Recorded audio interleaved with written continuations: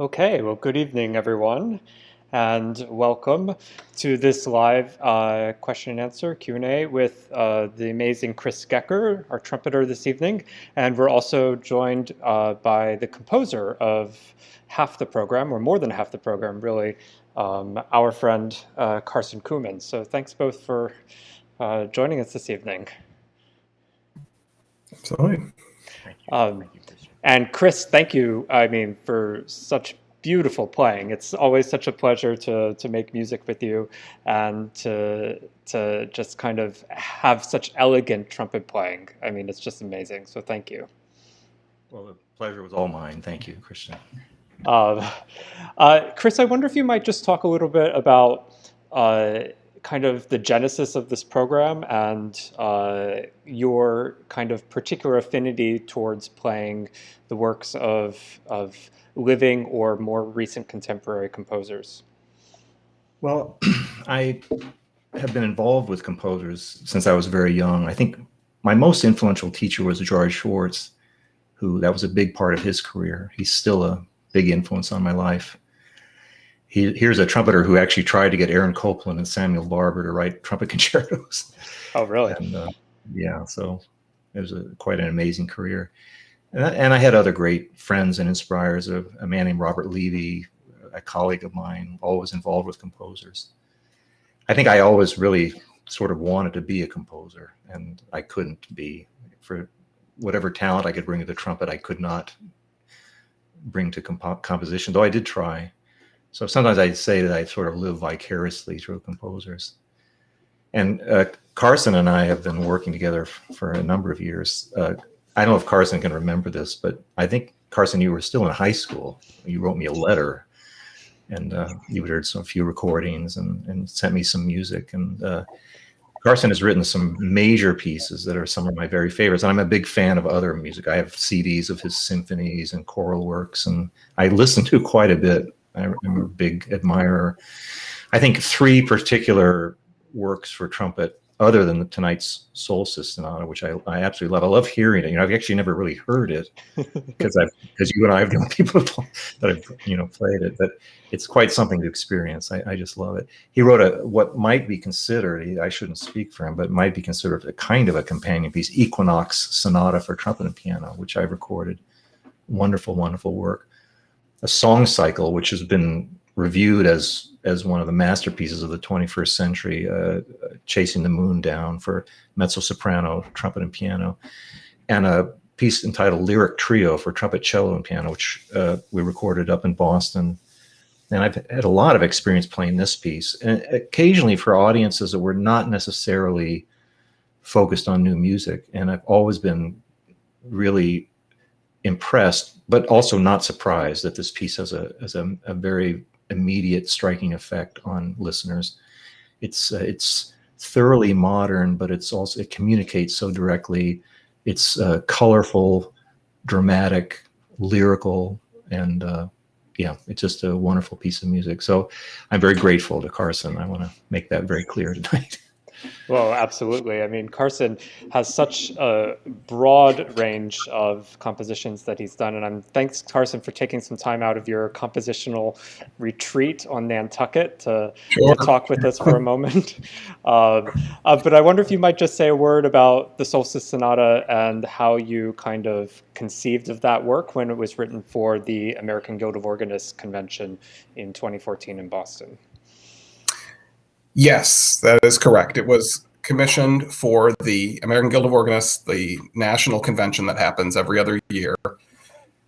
And the request was for a work for trumpet and organ of a certain duration, more or less what that was. So I decided to write a fairly straightforward three movement piece with the hope that it would be useful for players in both church contexts who might be able to pull the movements apart separately if they needed to, but also as a concert work. And it's had mostly life as a concert piece in total since then. Quite a few people have played it, which has been gratifying. And I knew when I wrote it that there would be a piece called Equinox Sonata, sort of from the other point of the year. But at that point, I didn't know what it was going to be or when it was going to happen. And it finally did.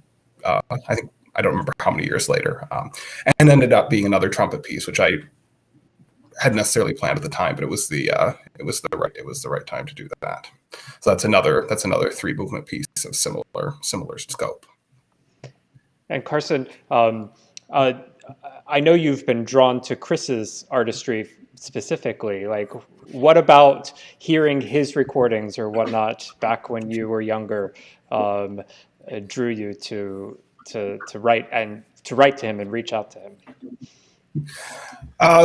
Yeah, certainly. I mean, not just his championing of new music, but his sort of very often very lyrical and very chamber music centric approach to playing the trumpet was particularly appealing to me. I still do have great interest in writing pieces that involve the trumpet in chamber music contexts of various sorts, and I think oftentimes the sort of brass fanfare side of things in the brass world can sort of take over at the expense of the other possibilities, which interested me a lot more. Particularly, there's a lot of brass music written by brass players that really leans into the intense sort of fanfare-ish world, which is great. I'm sort of always more attracted to some of the other possibilities that it offered, and certainly as a player, Chris has explored that and done beautifully in that. So that has, as he said, led to a number of pieces over the years. Several of which put the trumpet into a context that's not, say, a brass quintet or a large ensemble, such as the song cycle with voice, which is actually a fairly intense and somewhat dark and sad piece in many ways. It's the poetry was written by Chris's sister, and that sort of forms a fairly intense cycle. And so in that context, the trumpet, I don't think the trumpet plays any sort of fanfares at all. It's all pretty emotionally intense music. Fantastic. Chris, I wonder if you might just say a word about Hovhannes and the lyricism and maybe his voice as a composer, and why you have performed his music very frequently. Thank you. That's it's an interesting question. My father's Russian. He died when I was fairly young, but I remember him, giving me books that he thought that were suitable for a young boy, like Turgenev and things like that. He thought that was children's reading. And he also gave me the works of William Sorowan, who was an Armenian-American writer based out in Fresno, California. And as a Russian, my father was very attracted to Armenian culture and used to talk about it a lot. And I remember in high school, he was a fine amateur pianist, and I remember playing the Prayer of St. Gregory with him.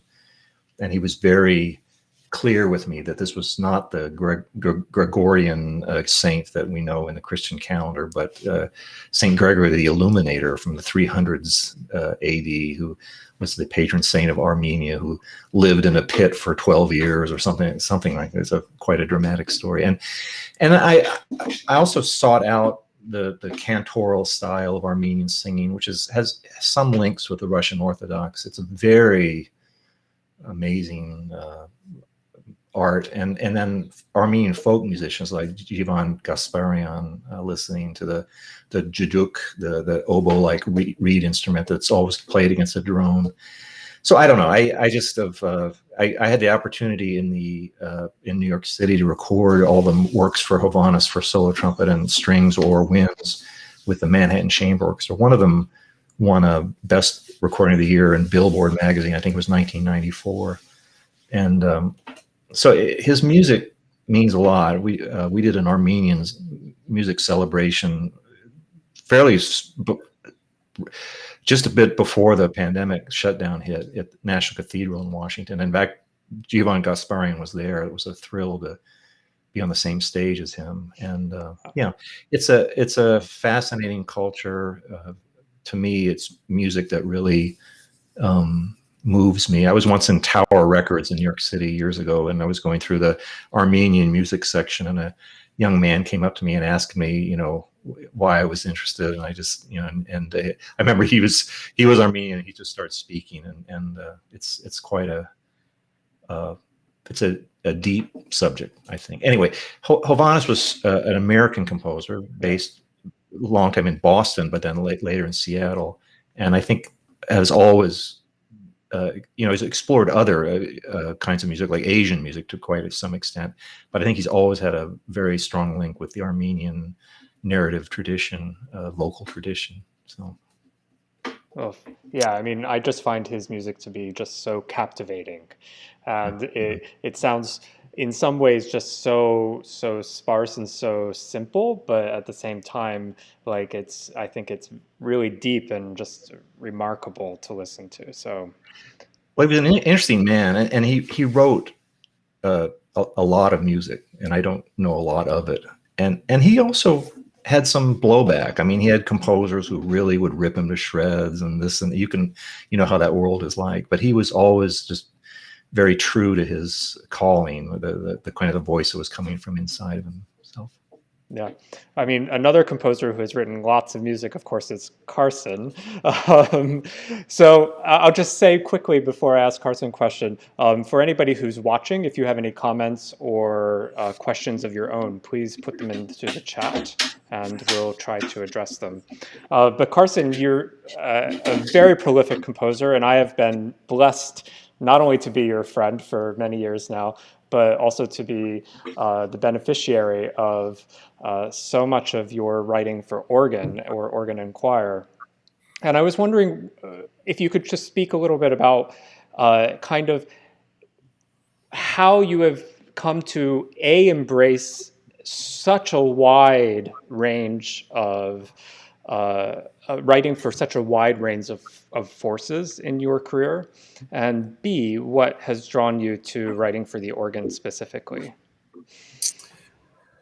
The wide range has always been a very conscious effort, very conscious decision, which is simply that's what I'm interested in. My interests are fairly broad in terms of style and genre, instrumentation, and so I've always sought projects and tried to balance things in such a way that I wasn't working. There are many wonderful composers who sort of find a particular niche and dig deeply into it, and they write nothing but, say, choral music or nothing but band music. And I could absolutely never do that, because when I finish one thing, the last thing I'm interested in is doing another one of exactly the same thing I've just finished. And so working in a wide variety of things, I really think helps me come back to certain genres in a hopefully fresh way each time. And also just allows me a breadth of experience in working with different musicians of different sorts, which has been sort of deeply gratifying for sure. And as for the organ is my instrument as a performer, and to some degree, I'm sure that's had an impact on why I've written a fair amount of organ music. I don't write my organ music for myself. It's been written for and played by many other people, but at some point, once some things sort of catch on, you start getting more and more requests for that particular sort of thing. And I do enjoy working for the organ because I feel I understand it relatively well, and it does give a tremendous amount of possibility with a single player, and that's I think what I find the greatest attraction of it. Is what you can get without involving a whole lot of musicians, which of course has a lot of practical dimensions as well when you can achieve things with a single player. So that is, I think why, and perhaps another reason is because it's not an overcrowded area compositionally, particularly in my generation. There aren't a lot of composers who are writing a substantial body of organ music at all. Whereas they're, in the band world or something, you're clawing other people out of the way to try and get to the top of the pile or whatever one has to do. So I don't enjoy a competitive dynamic in quite that way that you have to do in some genres. So perhaps that's another reason why I like writing organ music. What's the quirkiest combination of instruments you've ever written for? There was a period where I wrote a number of chamber pieces that used contrabassoon, and that was unusual. I'm not totally certain how successful I felt any of them were in the end, though I do genuinely like the instrument in a certain way. Though it's a tricky solo instrument.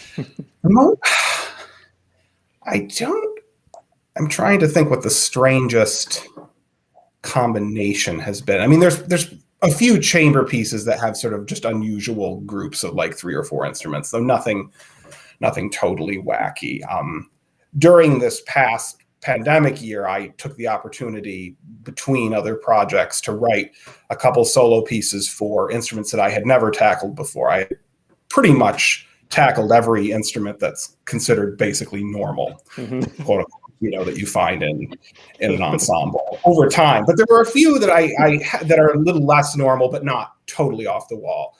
And so I wrote an electric guitar piece, which was something I had never tried before. Really? Sort of out of curiosity. And then I also wrote a piece for cimbalum, which is the big Hungarian Hungarian version of the hammered dulcimer, which in the last 50 years or so has become significant in a lot of sort of modernist European orchestral music. Pierre Boulez used it a number of times, and of course the Hungarians, Ligeti and Kurtag and such, ended up using their work. So it's not completely obscure. And probably the leading American player of it lives in Boston, so it was a good excuse to try it. So I sort of said, I'm just going to do this, just for fun as an experiment. So those are I think things that are unusual. And though to some people, writing for the organ seems bizarre and unusual. Yeah, of course. Well, organists tend to be bizarre by nature as well. Yeah. So. Chris, you mentioned to me that you spent Memorial Day on this past week doing a round of taps performance. So I wonder if you might just say a word about that and your kind of history of doing that. Yes, well, I've done it many times for a number of years, and so it's interesting. Sometimes someone will ask you, does it get easier? It's kind of like it's both easy and hard. Mm-hmm. It's 24 notes. When I play it, I really focus on the fact that it's 8 groups of 3 notes and keep my mind focused on that, because it's always a very emotional situation.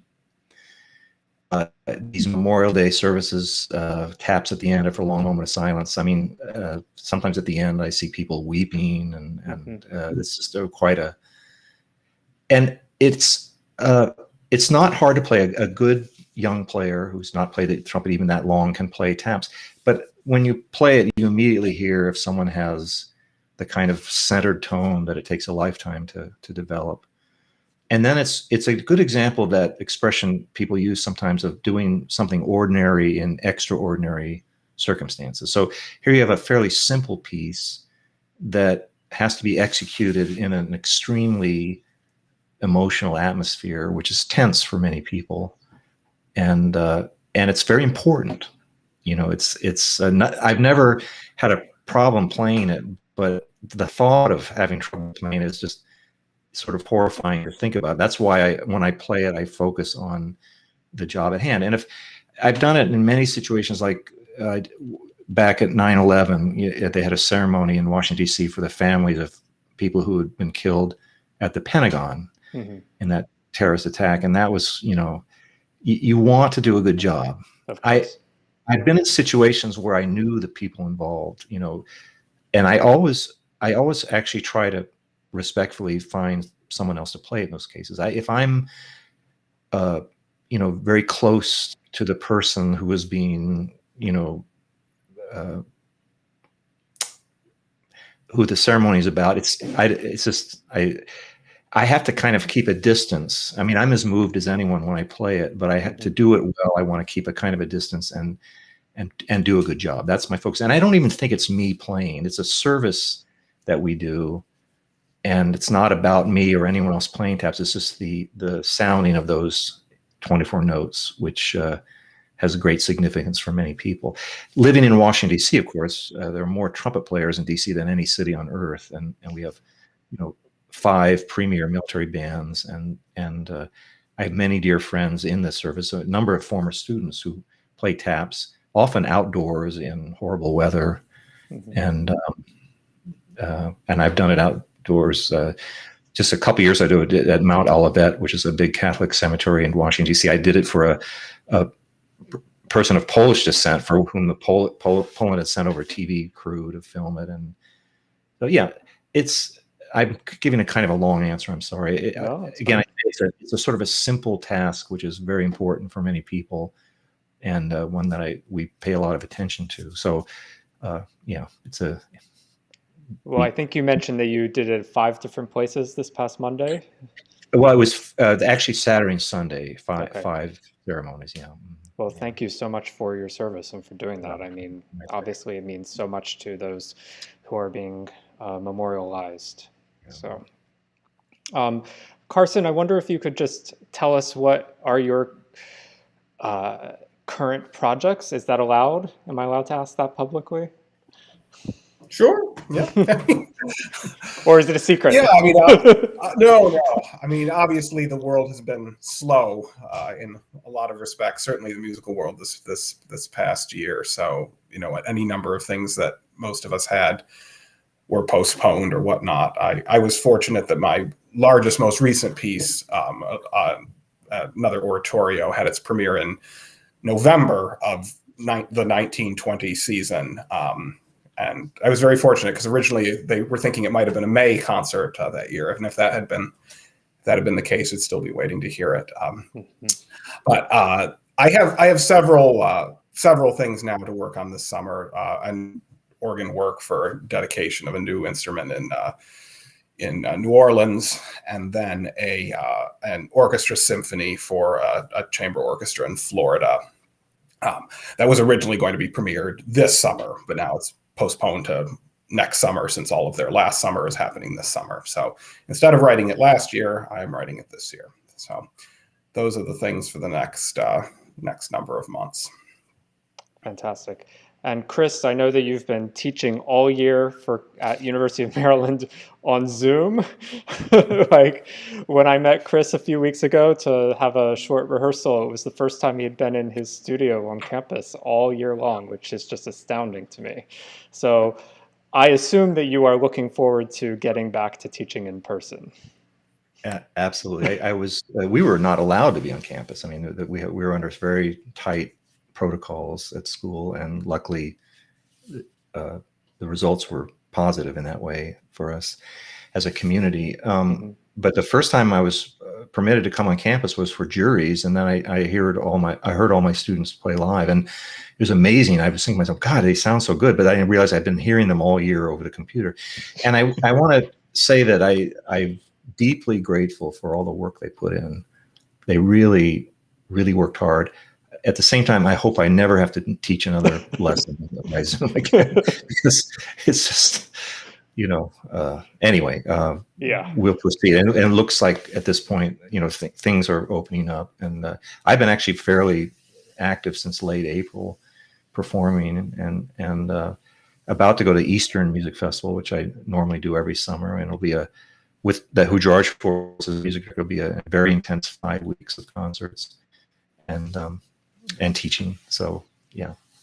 Well, fantastic. Well, I can't thank each of you enough, Carson, for writing such a fantastic piece, and Chris for joining me to share it with the world even more actively than we have in the past. And it's such a pleasure to be friends and colleagues with each of you. So I really appreciate you taking the time this evening and chatting with us. And please, everyone, share the music around. Also, explore Carson's website and the many hundreds, well over 1,000 pieces that he's written. Very easy to navigate website, carsoncooman.com, and go find Chris's discography, which is extensive. And I'll just thank you again, each of you. It's been a real pleasure. Thank you, Christian. And Carson, very grateful for your music. I say it over and over again, but thank you. Thank you both. Yeah. And hope you guys have a wonderful evening. Thank you, Christian. Okay. Good night. Thanks.